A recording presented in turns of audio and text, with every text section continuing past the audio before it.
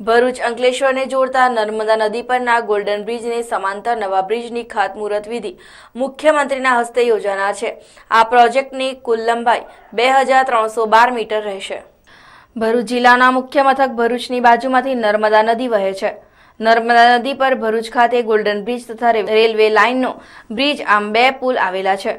જૂના national highway પર આવેલ ગોલ્ડન બ્રિજ 1882ની સાલમાં અંગ્રેજ શાસન દરમિયાન બનાવવામાં આવ્યો હતો, જે 125 વર્ષો બાદ પણ ભરૂચ અંકલેશ્વરની જનતા માટે આશીર્વાદરૂપ સાબિત થઈ રહ્યો છે।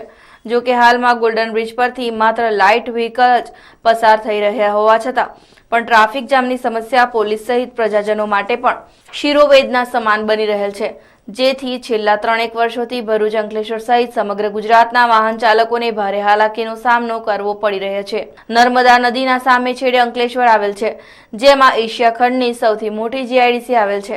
રોજે રોજ ભરૂચ અંકલેશ્વરના હજારો લોકો રોજીરોટી અને ધંધાર્થે અપડાઉન કરતા હોવાથી કલાકો સુધી ટ્રાફિક જામમાં અટવાતા કામ ધંધા પણ અટવાઈ જાય છે।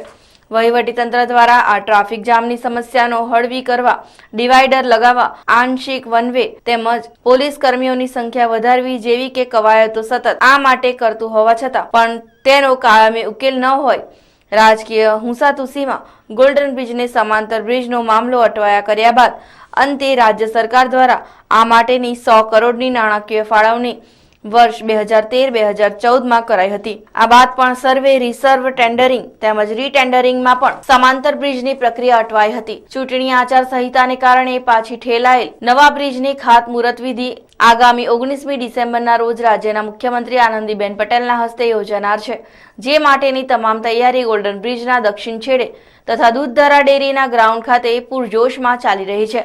આ સમગ્ર પ્રોજેક્ટ પર નજર નાખીએ તો રૂપિયા 401.70 કરોડનો ખર્ચે નર્મદા નદી પર ગોલ્ડન બ્રિજની બાજુમાં નવો 4 માર્ગીય પુલ એપ્રોચ સહિત બનશે, જે માટે 55 મીટરની ઊંચાઈએ પાઇલ ફાઉન્ડેશન કરાશે, જેમાં 49 પિયર અને 2 એબટમેન્ટ હશે અને 58.50 મીટરના 25 સ્થાન હશે। પ્રીકાસ્ટ પીએચસી સેગમેન્ટ બોક્સ ગાર્ડરનું સુપર સ્ટ્રક્ચર, જેમાં બંને બાજુએ 1.55 મીટરની ફૂટપાથ પણ થશે। સમગ્ર પ્રોજેક્ટમાં 35,500 મેટ્રિક ટન સિમેન્ટ તેમજ અંદાજે 1,43,000 મેટ્રિક ટન સ્ટીલ વપરાશે। નવા બ્રિજની કામગીરી 30 માસમાં પૂર્ણ કરી દેવામાં આવશે। આમ કોઈ વધુ અંતરાય નહીં આવે તો આગામી 2.5 વર્ષ બાદ 4 માર્ગીય નવા બ્રિજની ભેટ ભરૂચની જનતાને મળશે તેમ માનવું રહ્યું।